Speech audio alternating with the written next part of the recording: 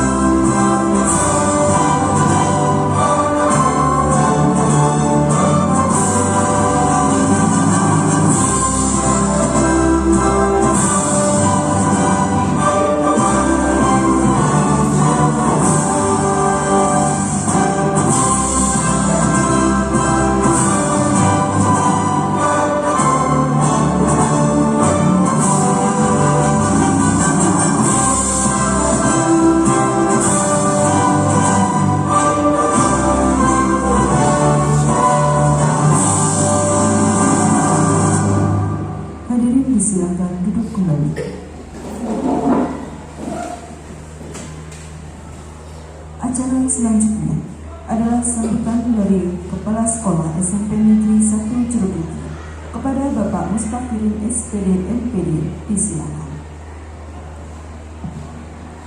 Bismillahirrahmanirrahim. Assalamualaikum warahmatullahi wabarakatuh. Bapak Ibu Guru SMP 1 Jeruk yang saya hormati, khususnya peserta aksi nyata dan khususnya wabil khusus CGP calon guru penggerak SMP 1 Jeruk Bu Triwahyuni SPD yang saya hormati pula. Alhamdulillah pada pagi hari ini kita dipertemukan di tempat ini dalam keadaan sehat walafiat. Marilah yang pertama dan paling utama senantiasa kita melanjutkan puji syukur kehadirat Allah Subhanahu wa taala atas limpahan nikmat dan karunia-Nya.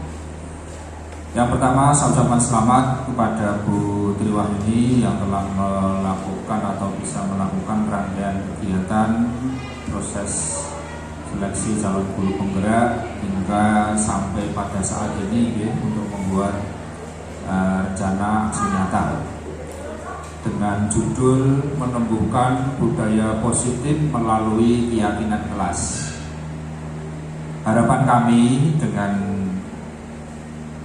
banyaknya SMP 1 Jeruk yang menjadi guru penggerak nanti, ya minimal sekolahnya ini yang digerakkan dulu. Sekolahnya, jadi pengimbasan terdekat adalah lewat teman sebaya dan berimbas kepada sekolahnya, sehingga pemanfaatan PMM itu betul-betul bisa optimal di tahun-tahun berikutnya, meskipun saat ini baru kelas 7 ya. Yang berikutnya, yang kedua, bahwa baru yang ada di kurikulum Merdeka, di antaranya yaitu kesepakatan kelas, keyakinan kelas, dan lain-lain yang itu memang harus diterapkan, sehingga warna sekolah ini sejak dari didirikan dulu sampai sekarang itu berkesinambungan. Jadi adanya kurikulum baru tidak merubah arah alur dari sekolah ini, ya tetap untuk mencerdaskan anak-anak kita dengan karakter yang sudah terbentuk untuk harusnya lebih baik, lebih meningkat. Saya rasa begitu. Dan yang ketiga, bisa memotivasi yang lainnya ya. Ini kan kebetulan pesertanya muda-muda semua nih, CGP semua. Jadi saya sudah pernah ikut, tapi lolos tahap pertama saja. Tapi nggak apa-apa, saya ikut karena tahap keduanya itu wawancara dan praktek mengajar.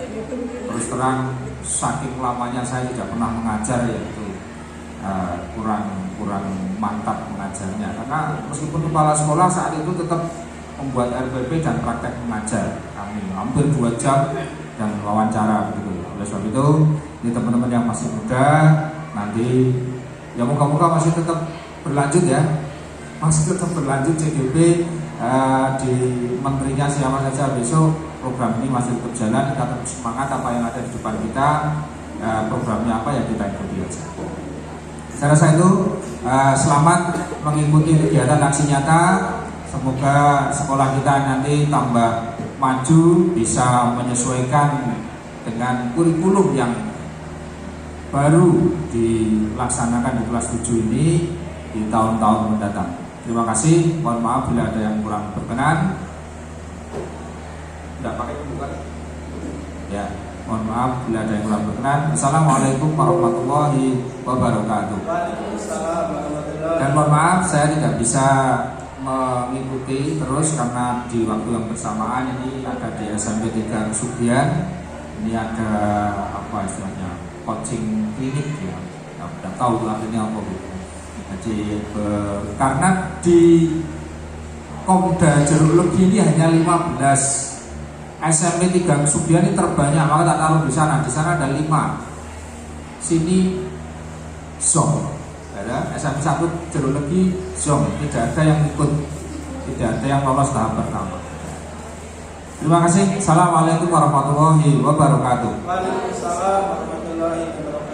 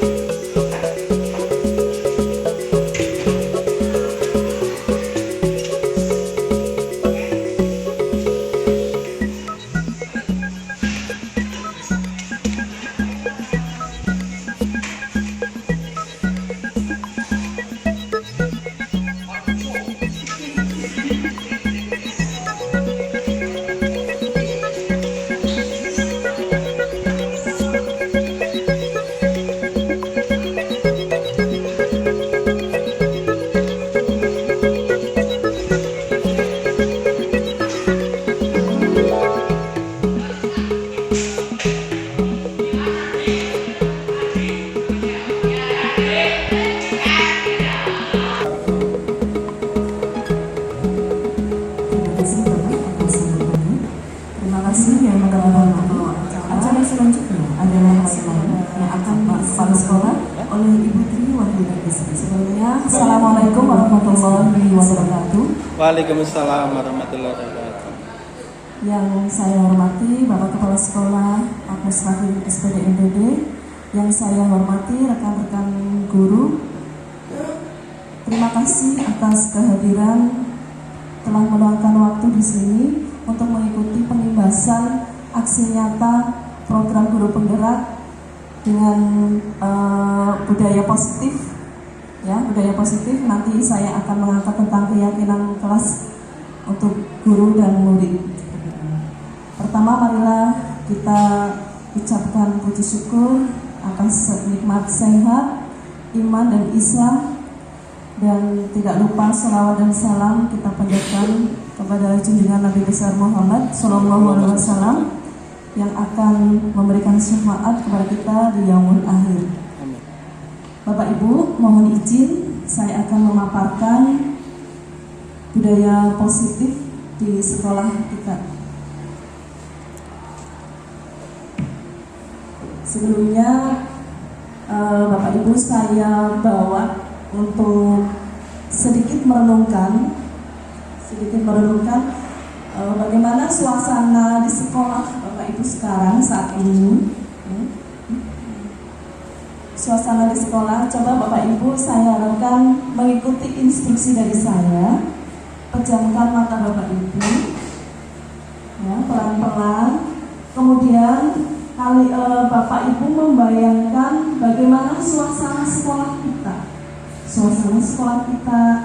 Bagaimana sikap guru, sikap kita kepada murid, kemudian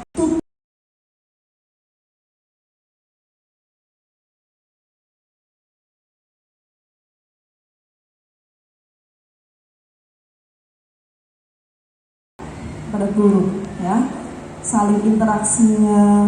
Kemudian Bapak Ibu sekalian di sini adalah pemimpin pembelajaran, ya, pemimpin pembelajaran untuk kita semua di sini, ya. Sudah dikerjakan Bapak Ibu?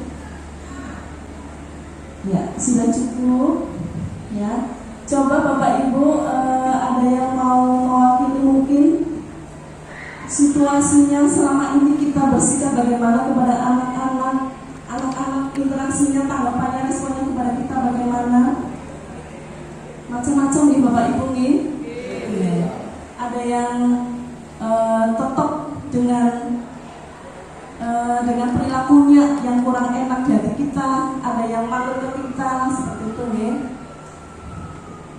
Terus sekarang untuk mewujudkan sekolah impian itu, bila Bapak Ibu adalah akan menciptakan sebuah lingkungan yang positif, akan ada beberapa strategi di sini. Strateginya tentunya salah satu hal yang paling penting yaitu menghilangkan rasa takut di hati murid-murid kita, ya, menghilangkan rasa takut sehingga murid kita itu merasa nyaman untuk belajar di sekolah ini, merasa nyaman, terus tenang dan tanpa adanya tekanan.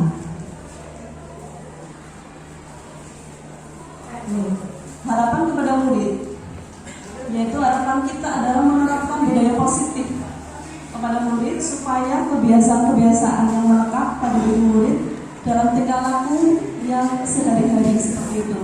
Ya, contohnya yaitu kita sudah membudayai di kita. Salah satunya adalah tentang pembiasaan upacara bendera.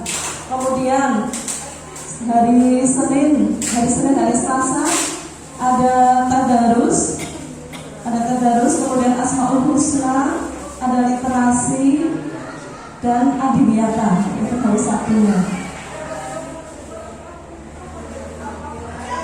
Disiplin positif dan nilai-nilai kebajikan. Nah, sekarang coba Bapak Ibu menggenggam kepanan tangan Bapak Ibu semua, dua-duanya, ya. Kalau dua-duanya digenggam, genggamlah, genggam yang Bapak Ibu, ya, seolah-olah itu sebelahnya boleh, kalau yang sendiri juga tidak apa-apa. Di antara itu satu genggaman itu, Bapak Ibu itu ada yang ingin membuka genggaman yang kuat itu, padahal di genggaman Bapak Ibu itu ada sesuatu hal yang penting, apakah yang akan Bapak Ibu lakukan? Apakah akan tetap menggenggam dengan erat, ataukah Bapak Ibu membukanya?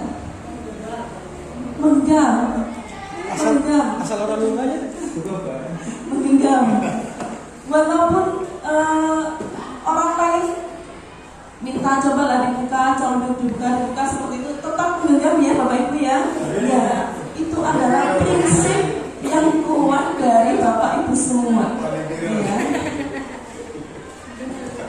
Tapi ini sangat personal ya Bapak Ibu. Kalau ada yang memang mengeluarkan terus membuka genggaman itu karena diminta, tolong dong genggamannya dibuka, saya menginginkan apa ya di genggaman itu. Kalau memang Bapak Ibu erat, ya udah Bapak Ibu tetap bersikukuh dengan genggaman Bapak Ibu. Kalau Bapak Ibu kepengen membuka, ya silakan. Itu sangat personal, pribadi masing-masing.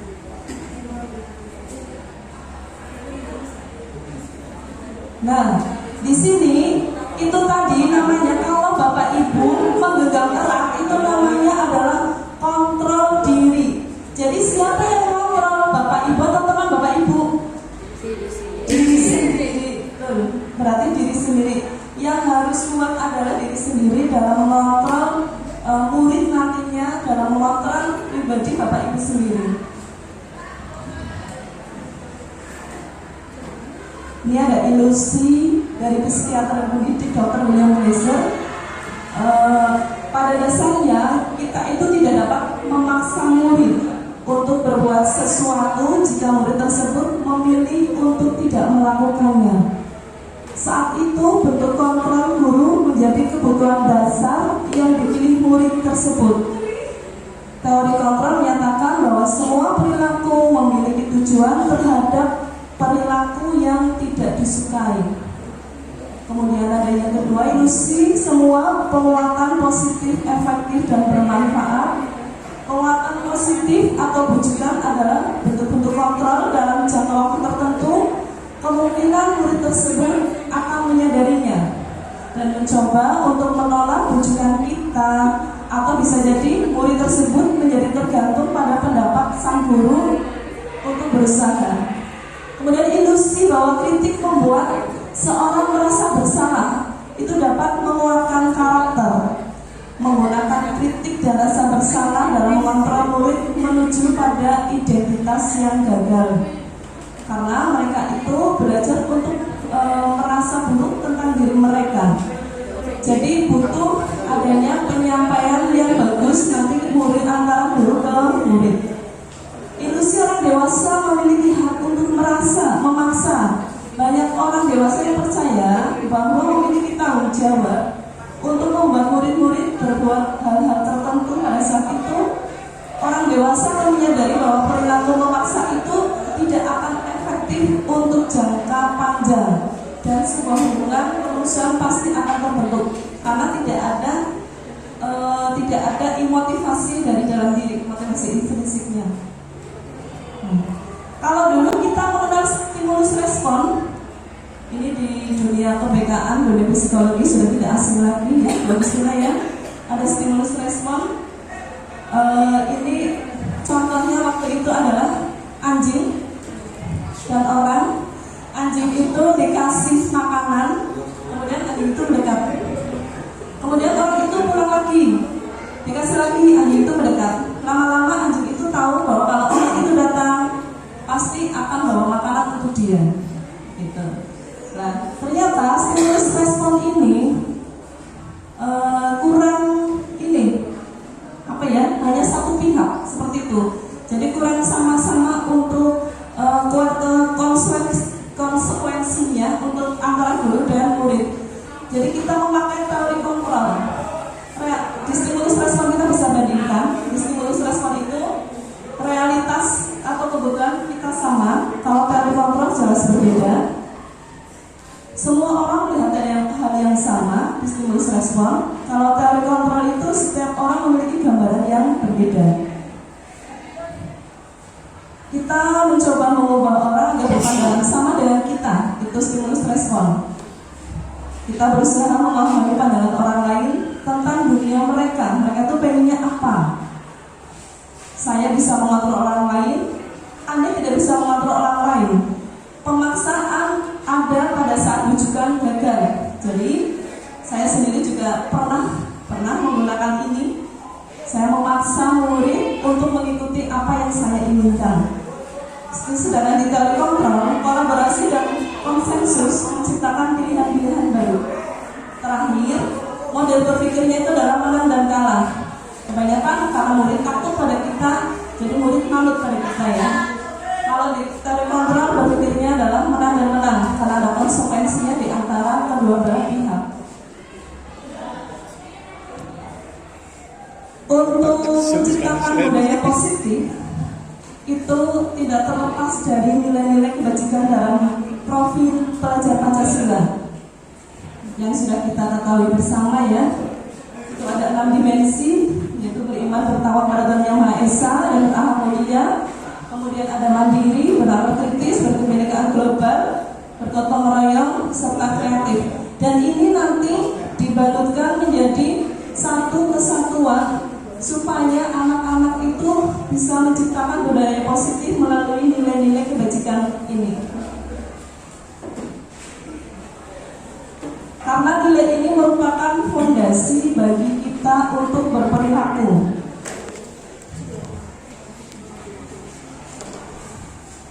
Nah, Bapak Ibu sekalian, ini disiplin dalam bentuk konsekuensi itu sudah terencana atau sudah disepakati dan yang jelas sudah dibahas antara guru dan murid. Murid itu sudah mengetahui sebelumnya konsekuensi yang akan diterima bila ada pelanggaran. Pada konsekuensi, murid tetap dibuat tidak nyaman untuk jangka waktu pendek. Tapi setelah itu, nanti murid akan mempunyai motivasi intrinsik tersendiri. Perbedaan hukuman dan konsekuensi. Hukuman itu bersifat tidak terencana atau tiba-tiba. Anak atau murid tidak tahu apa yang akan terjadi dan siswa itu tidak dilibatkan.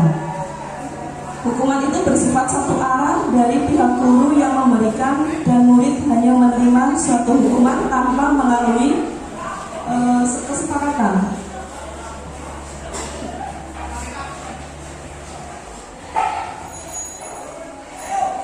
Monggo Bapak Ibu bisa dibaca mengenai perbedaan mengenai disiplin, hukuman, konsekuensi, dan restitusi. Restitusi itu adalah bila murid telah melakukan kesalahan tetapi akan diperbaiki. Jadi restitusi itu berasal dari kedua belah pihak dengan adanya kesepakatan.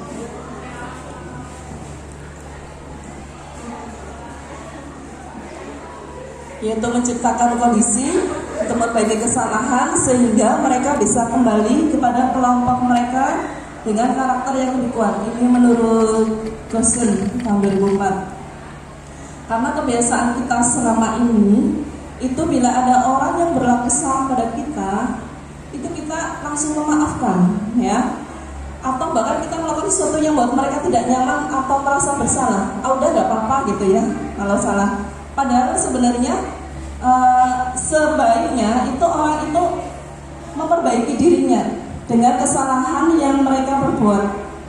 Ya, murid misal salah, jadi kamu harus bagaimana seperti itu untuk memperbaiki kesalahan. Tidak terus oh iya udah nggak apa-apa gitu, ya. Nah ini sekarang menggunakan prosedur pembentukan keyakinan kelas. Ini adalah hal yang baru nih Bapak Ibu. Saya juga baru mendapatkan di program pendidikan guru penggerak. Ternyata setiap kita masuk ke dalam kelas itu, kita boleh kok, kita sangat boleh untuk membentuk keyakinan kelas atau kesepakatan kelas di antara Bapak Ibu dan kelas tersebut, ya, dan kelas tersebut. Jadi dulu kayak saya pernah melihat teman kita Pak Oni Prastianto, ya, pernah saya membaca ditempel, tapi sekarang saya tidak melihatnya lagi ditempel di kelas-kelas. Nah itu ternyata diperbolehkan untuk membentuk keyakinan kelas. Begitu Bapak Ibu masuk ke dalam kelas, kan beda-beda tuh ya, beda-beda antara saya dan Bapak Ibu. Misal Bapak Ibu di bahasa Inggris, contoh Ibu Esa, keyakinan kelas kita apa ya untuk 7B? Apa sesuatu yang disepakati, nilai-nilai yang baik, seperti itu. Tidak boleh makan atau minum, atau boleh minum tapi dengan izin guru. Ya, itu hanya contoh. Nah, ini prosedurnya untuk membuat keyakinan kelas. Yang pertama adalah curah pendapat dulu dengan peraturan yang perlu disepakati. Jadi peraturan dan keyakinan kelas itu beda nih Bapak Ibu. Kalau peraturan sekolah atau peraturan kelas itu adalah sesuatu yang memaksa dan hanya berasal dari satu pihak. Tapi kalau keyakinan kelas itu adalah nilai-nilai kebajikan yang ditanamkan. Jadi berasal dari dua arah, murid dan guru, seperti itu. Bapak Ibu bisa masuk kelas, terus curah pendapat keyakinan kelas kita yang kita sepakati apa saja, silahkan. Kemudian mencatat semua masukan di papan tulis boleh, pakai post-it juga boleh, seperti itu. Terus mengganti kalimat negatif menjadi positif.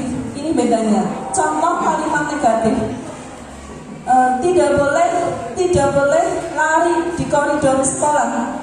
Kalimat positifnya, berjalanlah di koridor sekolah, seperti itu, ya. Kemudian setelah kalimat negatif sudah menjadi positif, semuanya ditinjau ulang. Apakah masih ada pernyataan yang tertulis berupa peraturan atau bukan? Kemudian setelah itu semua warga kelas itu menyetujui dan menandatanganinya, ya. Semua kelas itu menandatanganinya, dan keyakinan kelas itu bisa ditempel di tempat-tempat yang strategis. Ya, begitu anak masuk sudah tahu, oh ya, kayak kelas ini. Contoh, kita sering anak kita saling bully, bener apa bener Pak? Bu, ya, saling membuli nih. Nah, membuli itu juga hal yang sangat tidak baik. Ya, jadi keyakinan keras untuk hal yang positifnya dengan kalimat menghargai teman, ya, menghargai dan menghormati teman. I can't forget the day we met. Your eyes so blue, me piercing through. I can't forget the day we met. Your smile so bright, it made me swoon. Our love is like a summer's day, hot and endless in a magic way. Whenever I see you, all I can think is my summer love. Been waiting for you, my love. My summer love. Been waiting for you, my love. I can't forget the day we met. You looked so fly in your red Corvette. Your hair, your look, your everything. When I see it all, I knew that you were mine. Melaksanakan tiket kelas, mengikuti terus setiap waktu pada saat saling tolong-menolong, menjaga kebersihan kelas, melaksanakan tiket, tidak keluar kelas saat bergantian jam pelajaran, mengucapkan salam sebelum masuk kelas, menjaga kebersihan kelas dengan cara menabur sesuai jadwal tiket, berangkat sekolah tepat waktu, disiplin, mengacungkan tangan jika ingin bertanya, tolong menolong sesama teman, mendengarkan tulisan. Tender, love me sweet. With you I know that I'm complete. I'm in love with the summer's day. For you I'd give my life away. Never leave me, never let me go. My summer love, I'm waiting for you, my love.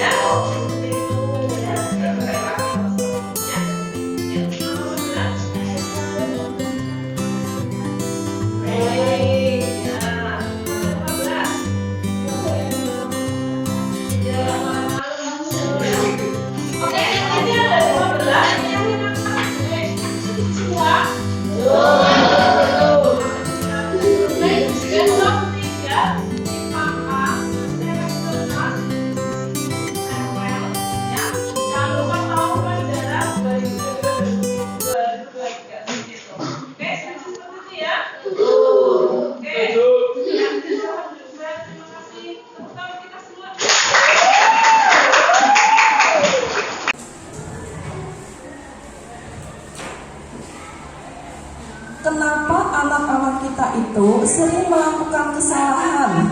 Saya berikan contoh.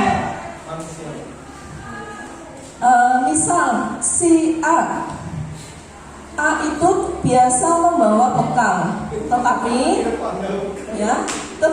hari itu dia tidak membawa bekal, makanan, dan dia akan meminta ke teman, tapi dengan cara memaksa. Nah, itu perlu kita ketahui dulu. Apakah yang dia kebutuhan dasar dia apa yang belum dia peroleh, dia penuhi. Ternyata si A itu belum memenuhi yang namanya kebutuhan dasar perhatian dan kasih sayang ya dari orang tuanya. Dia melakukan itu, makanya kalau sekarang ada murid yang melakukan kesalahan, kita tanya alasannya itu apa. Ini ada 5 kebutuhan dasar manusia. Yang pertama, kebutuhan bertahan hidup, ya. Terus kebutuhan kasih dan sayang serta rasa diterima.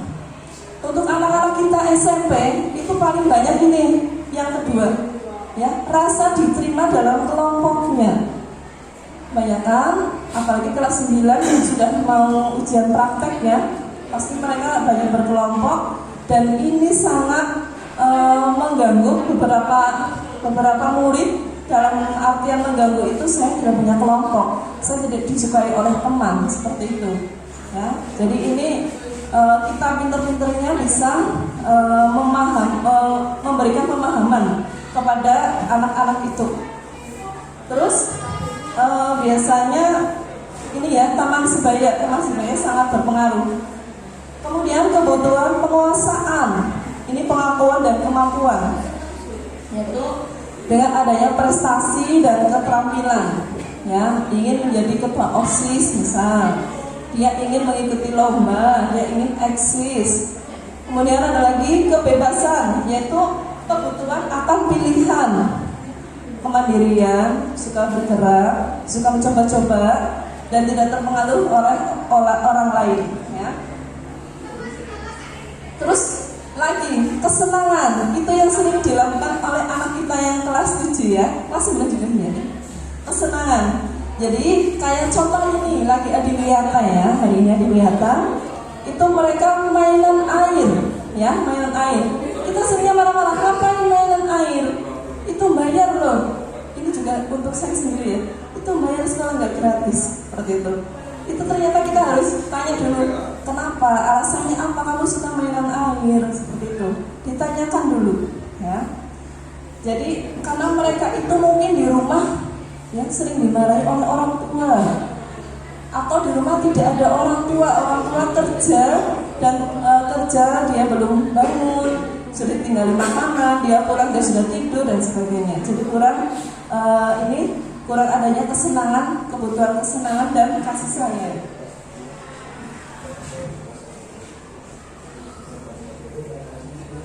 Lima posisi kontrol ini yang sering kita lakukan. Nanti kita bisa introspeksi diri, kita masuk ke dalam posisi kontrol mana.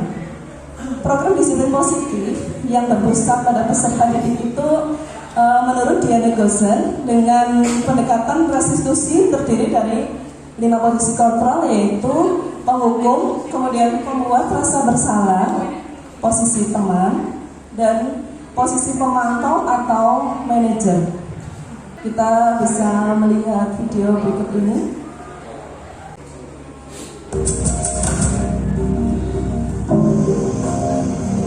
Nalen, sini kamu. Selamat pagi Bu. Selalu terlambat. Kamu deh pasti terlambat. Mampu saya Apa coba? Alasan kamu apa lagi? Kapan sih kamu tidak terlambat? Malas sekali ya kamu jadi anak. saya Dasar pemalas. Gak kapok-kapok sih kamu. Sudah berapa kali terlambat? Sana, kamu keliling lapangan basket 2 kali. kenapa saya harus keliling lapangan basket Bu? Kenapa? Kamu melawan ibu? Berani-beraninya jawab. Sudah terlambat, masih berani jawab.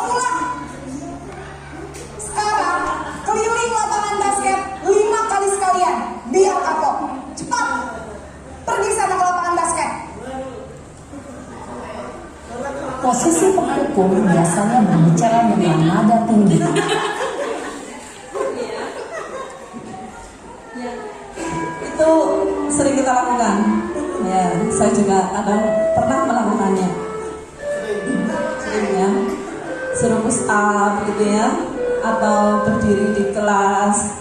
Pernah ngalamin kita waktu SD, temen, saya alhamdulillah belum, temen ya. Terus kita kadang menunjuk-nunjuk, nah itu, apalagi berkaca pinggang ya, berkaca pinggang, membentang. Ya nanti kita ini dulu, kita satu-satu dulu.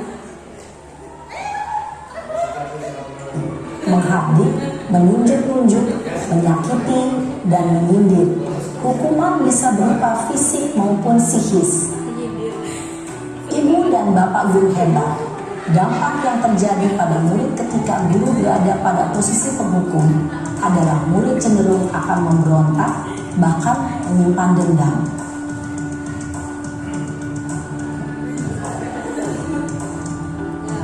Itu dengan penghukum, murid itu apa ya, di hatinya tuh dongkol ya, asem lah ketemu guru kami, asem mau, karena dia tahu, sebenarnya dia tahu salah gitu ya, tapi terus aduh ketemu guru si A, si B, nanti saya disuruh ini dan itu, sudah takut duluan, tapi mau nggak mau dia akan lakukan perintah dari guru itu. Sekarang coba kita bandingkan dengan posisi pembuat merasa bersalah yang kedua.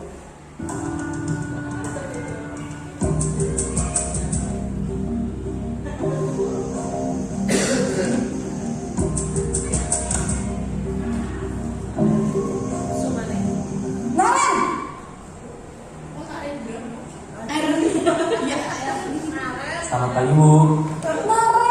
Naren, kamu kenapa terlambat lagi, nak? Ya bukan Naren, kamu senang ya bikin ibu susah ya? Kalau kamu terlambat lagi, nanti ibu yang ditegur bapak kepala sekolah, nak. Disangka ibu tidak bisa membina kamu. Duh, gimana ini? Maaf, Bu. Duh, Gusti Naren, kamu suka ya kalau ibu ditegur bapak kepala sekolah? Terus, sekarang ibu harus tulis apa ini di buku absen? Ini kamu sudah sering terlambat loh. Ibu harus apa coba? Maaf, Bu. Maaf sekali. Ya sudah, lain kali jangan bikin ibu susah lagi ya nak ya. Ibu tidak akan kuat lagi kalau kamu begini terus. Bisa jantungan kalau ibu tegur bapak kepala sekolah. Sana cepat kelas. Maaf ya, Bu. Maaf sekali. Posisi pembuat rasa bersalah berbicara dengan nada tenang, cenderung lembut. Namun kata-kata yang diutarakan membuat murid merasa menjadi orang yang gagal, memandang buruk dirinya sendiri, merasa tidak berharga, dan tidak sanggup membahagiakan orang lain. Ketika guru mengambil posisi pembuat rasa bersalah, murid akan menganggap dirinya yang bersalah dan ia akan menyimpan emosi negatif tersebut di dalam dirinya.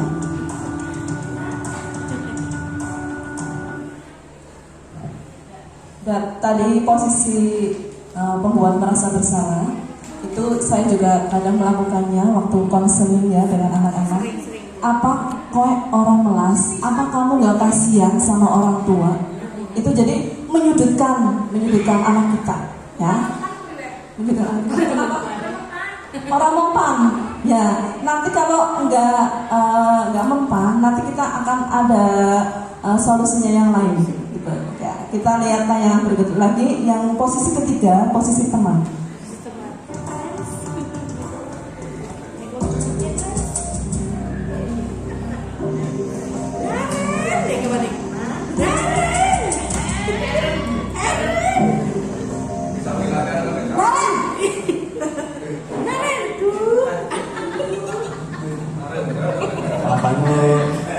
Wah, sudah jam berapa ini nak? Terlambat lagi ya sayang. Iya, Bu. Habis ibu saya lupa bangunkan saya, Bu. Kamu malah menyalahkan ibu kamu. Kamu bukannya anak yang larinya paling kencang. Kok terlambat sih? Iya, Bu. Saya memang terlambat bangun tadi. Jadi biarpun saya lari kencang, tetap gak kekejar, Bu. Ya sudah sana. Nanti lain kali larinya lebih kencang lagi ya. biar gak terlambat lagi. Bikin senang ibu, demi ibu.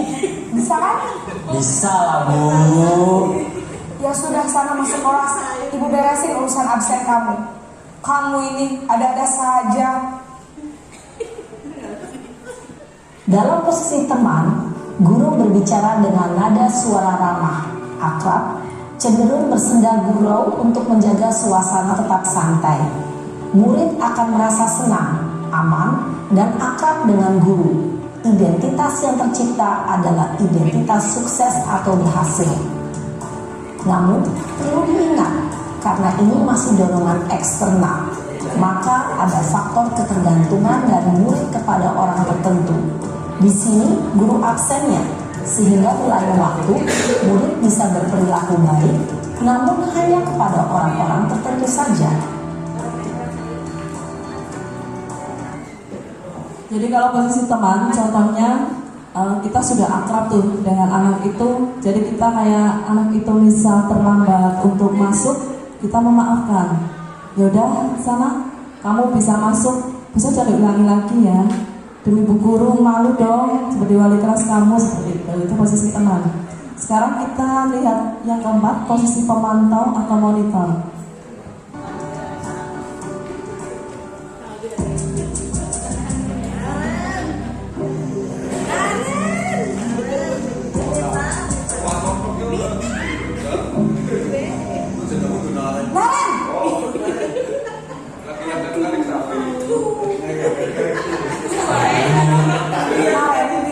Apa peraturan sekolah kita tentang jam berapa kita harus masuk sekolah, nak? Kita harus di sekolah jam 7 Bu. Iya betul, sekarang sudah jam 7.20. Naren sudah tahu konsekuensinya jika terlambat hadir. Paham Bu, saya harus tinggal kelas pas jam istirahat selama 20 menit. Iya benar, konsekuensinya demikian. Jadi nanti jam 9.30 pas istirahat, kamu harus tinggal di kelas, kerjakan tugas tambahan untuk ketertinggalan kamu, ya? Baik Bu. Posisi pemantau mengandalkan penghitungan atau data untuk mengontrol murid. Guru mengarahkan murid berdasarkan peraturan dan konsekuensi. Seorang pemantau menunjukkan bahasa tubuh dan ekspresi wajah yang datar dan cenderung formal.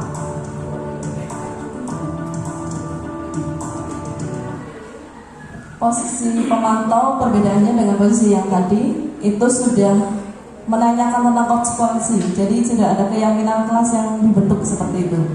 Sekarang adalah posisi manajer.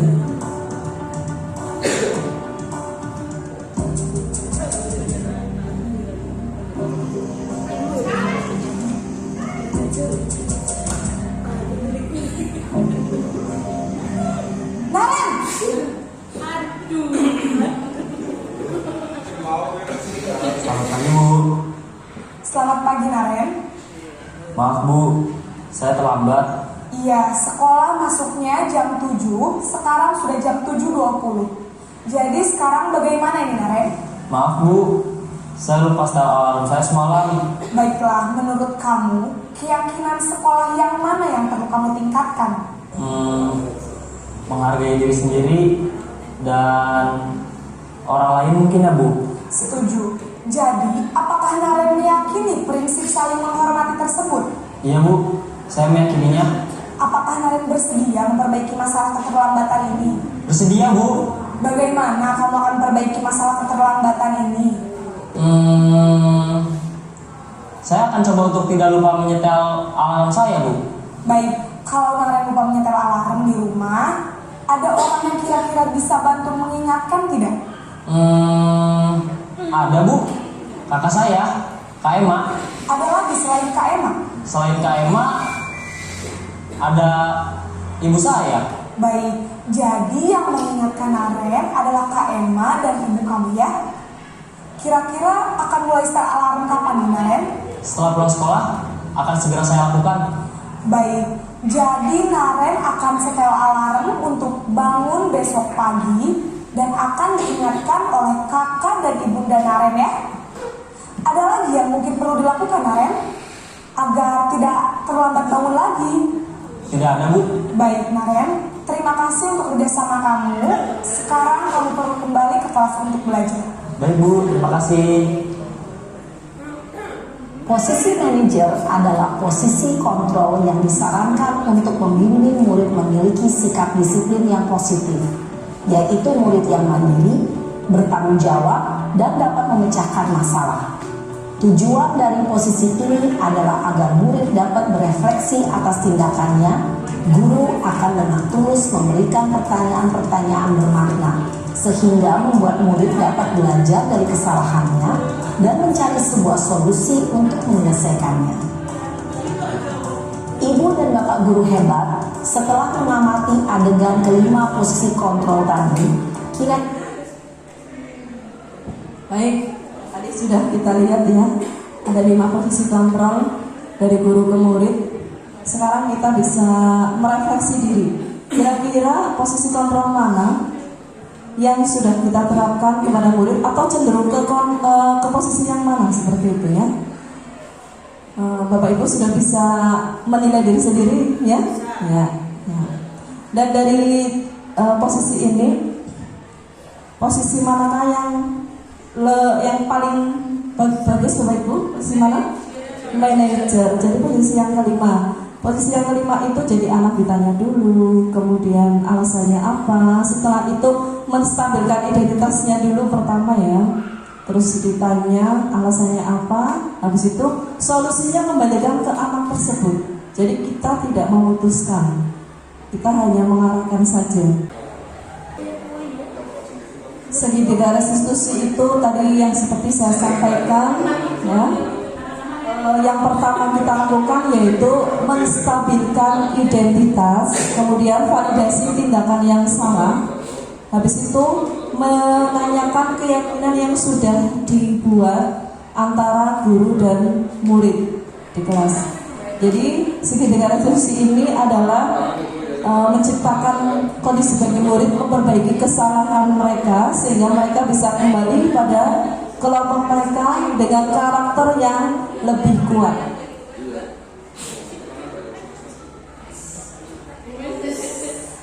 Menstabilkan identitas ini tujuannya adalah untuk mengubah identitas anak dari orang yang gagal karena sudah melakukan kesalahan menjadi orang yang sukses. Anak itu melanggar peraturan karena sedang mencari perhatian dari orang lain. Dia mencoba memenuhi kebutuhan dasarnya, namun ada benturan seperti itu. Contoh menstabilkan identitas, kata-kata yang kita gunakan. Berbuat salah itu tidak apa-apa. Tidak ada manusia yang sempurna. Saya juga pernah melakukan kesalahan seperti itu. Jadi biar anak itu tidak merasa terhakimi oleh kita. Kemudian yang kedua adalah validasi tindakan yang salah. Setelah menstabilkan identitas, kita melakukan validasi tindakan yang salah. Tujuannya untuk memenuhi kebutuhan dasar kita. Itu ada 5 tadi ya. Ada kasih sayang, merasa diterima, kemudian kesenangan. Ya. Contoh kalimat yang bisa Bapak Ibu gunakan yaitu, padahal kamu bisa loh melakukan hal ini. Kamu pasti punya alasan mengapa kamu melakukan hal ini. Seperti itu. Yang terakhir yaitu menanyakan keyakinan. Langkah ketiga, segitiga restitusi. Teori kontrol itu menyatakan bahwa pada dasarnya orang itu melakukan sesuatu itu karena ada faktor eksternal maupun internal. Tetapi yang kita butuhkan di sini adalah faktor internal anak tersebut. Anak itu akan dihubungkan dengan nilai-nilai yang dia percaya, ya, dan berpindah menjadi orang yang dia inginkan. Pertanyaan bisa Bapak Ibu gunakan yaitu, apa yang kita percaya sebagai kelas atau keluarga, keyakinan apa yang sudah kita bentuk, ya. Kamu mau jadi orang yang seperti apa, seperti itu. Baik, penyelesaian masalah dengan segitiga restitusi. Ini ada keyakinan kelas yang sudah disepakati bersama. Saya sudah membuat hanya untuk materi BK ya, di kelas 7A sampai E.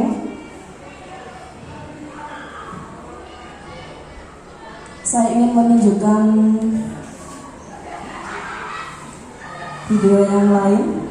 Ini contoh penyelesaian masalah dengan segitiga restitusi.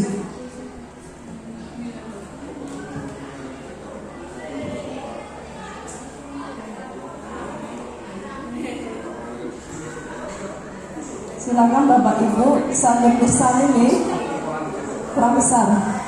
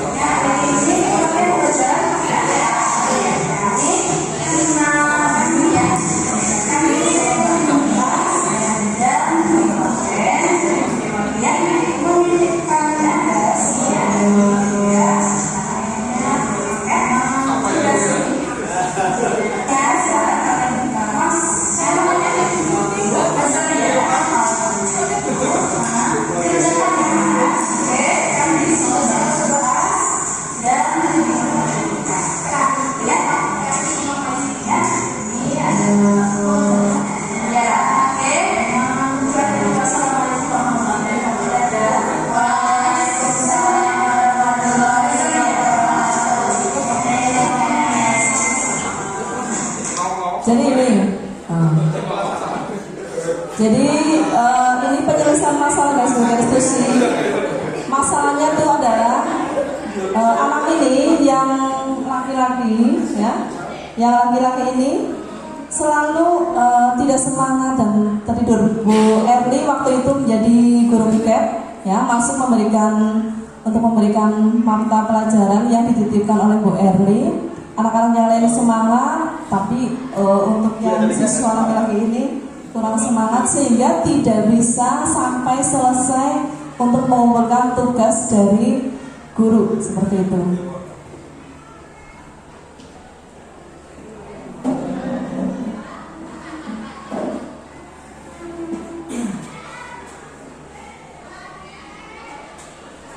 Ini saya membuat video amatir jadi apa ya?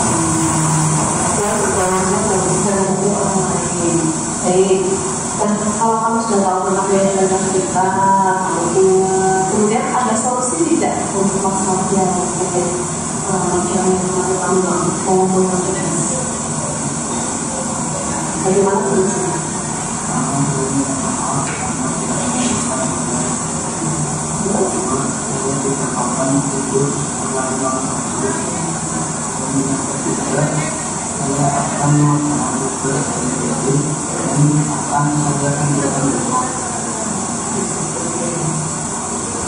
Itu kamu tahu nanti Putri mengapresiasi atas tanggung jawab kamu dan sikap kamu sebagai orang lain, ya, tanggung jawab kamu untuk memberikan tugas sebagai kamu kepada guru piket, gitu ya. Baik, terima kasih, ya, sudah mengumpulkan semua kamu berkonsekuensi dan kita yang ada. Sekarang kamu boleh kembali lagi, ya.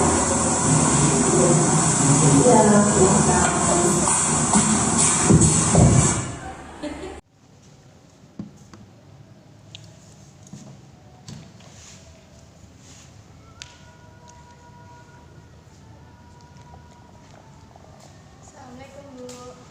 Salam. Selamat pagi Mbak Kaisya. Kaisya, Selasa kemarin kamu tidak berangkat ekstra PMR ya?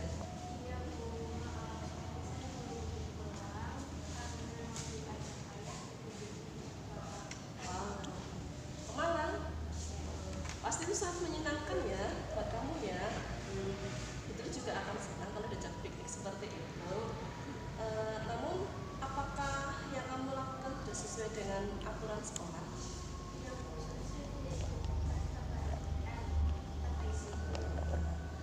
Iya betul. Terus kamu masih ingat nggak dengan keyakinan sekolah kita?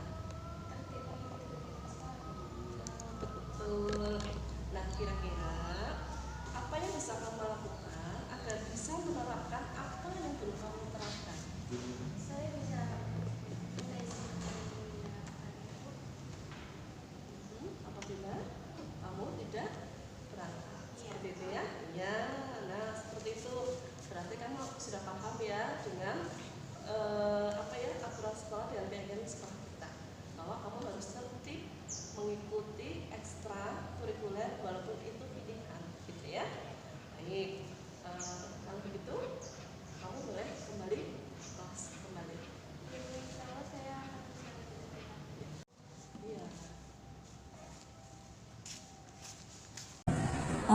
Sekarang testimoni dari keyakinan kelas yang sudah saya bikin ya di kelas ya.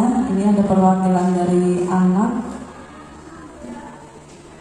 Nanti saya minta tolong juga dari guru sini untuk memberikan testimoni. Ini dari keyakinan kelas, menurut kamu apa Mbak?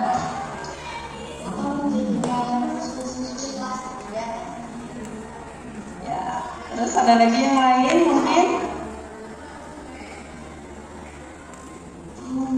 Ada? Ya, terima kasih.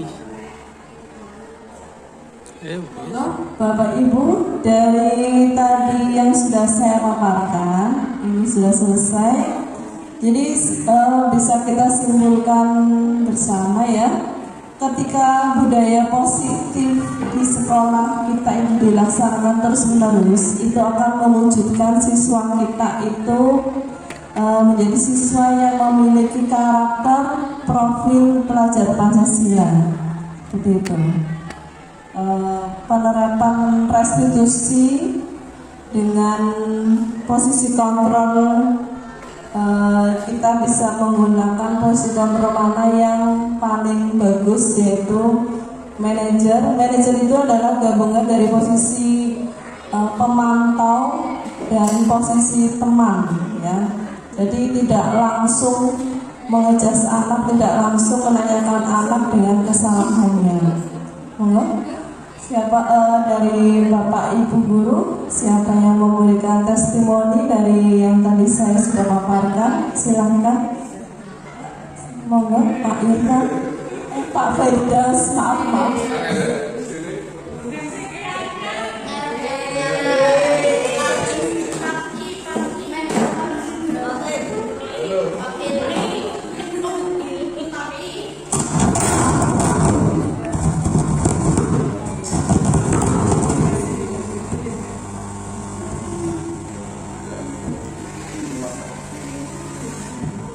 Terima kasih atas waktu yang diberikan oleh Bu Yuni. Saya ingin menanggapi sedikit, yaitu testimoni yang sudah dipaparkan oleh Ibu Yuni, yaitu ada hal yang baru yang bisa saya sampaikan. Yang pertama yaitu perlunya kolaborasi antara guru dan siswa untuk memberi keyakinan kelas, dan yang kedua yaitu perlunya evaluasi yang dilakukan secara berkala, dan yang ketiga yaitu perlunya slogan-slogan yang ditempel di kelas, di masing-masing kelas untuk membuat disiplin positif di antara kelas tersebut. Mungkin itu saja yang bisa saya sampaikan. Terima kasih. Terima kasih Pak Firdaus. Dari teman mau menambahkan, silakan ya, silakan Bu Rosi.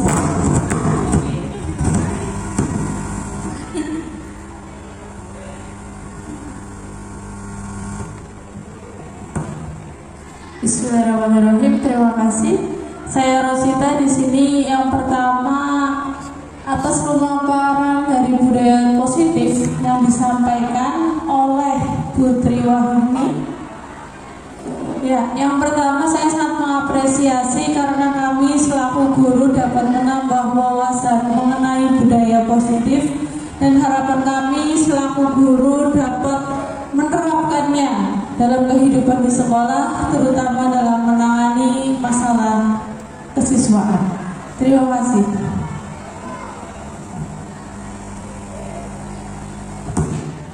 Terima kasih kepada rekan guru yang sudah mengikuti paparan budaya positif dari saya. Ada beberapa sebelum ini saya memberikan pantun sebentar. Budina membawa bonsai, lalu duduk makan stroberi. Cakep. Semua telah usai, saatnya kami undur diri.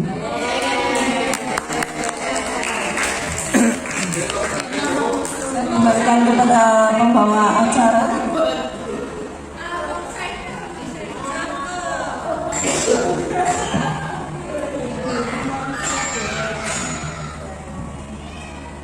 Ya, terima kasih Ibu Triwahyuni. Demikian Bapak Ibu paparan yang sudah diberikan oleh Bu Triwahyuni. Mungkin ada yang ingin menambahkan atau ada yang masih ingin ditanyakan? Ngambil tonsing. Jadi saya cuma dengar cakep gitu ya. Oke. Baik Bapak Ibu, tibalah kita di penghujung acara. Saya selaku pembawa acara mohon maaf bila ada tutur kata saya yang kurang berkenan. Terima kasih atas waktu dan perhatiannya. Wassalamualaikum warahmatullahi wabarakatuh. Waalaikumsalam.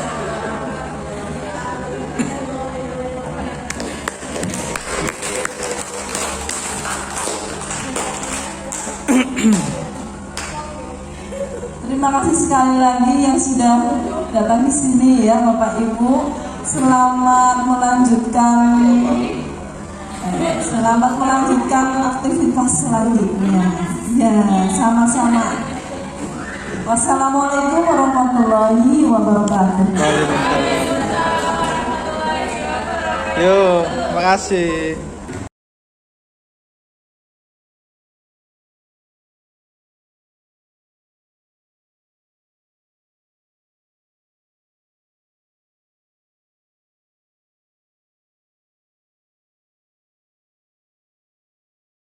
Warahmatullahi wabarakatuh.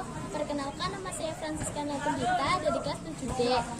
Saya akan membacakan refleksi tentang keyakinan kelas. Setelah adanya keyakinan kelas menjadikan kita lebih tertib dan mandiri. Dan jika ada yang melanggar peraturan itu, kita akan mengingatkan dengan bahasa yang sopan dan bijak. Terima kasih. Wassalamualaikum warahmatullahi wabarakatuh. Assalamualaikum warahmatullahi wabarakatuh. Perkenalkan, nama saya Alfitri Fiatria dari kelas 7C. Di sini saya akan memberikan refleksi tentang keyakinan kelas. Setelah keyakinan kelas ditempel di tempat strategis dan mudah dibaca, menjadikan kami teringat akan keyakinan kelas yang sudah kami sepakati untuk menjadikan kami lebih disiplin, mandiri, tanggung jawab, dan kreatif. Assalamualaikum warahmatullahi wabarakatuh. Saya Azhara Masisyatina dari kelas 7E akan menyampaikan refleksi tentang keyakinan kelas. Setelah adanya keyakinan kelas, kami menjadi lebih tertib dan mampu melaksanakan supaya menjadi lebih baik. Assalamualaikum warahmatullahi wabarakatuh.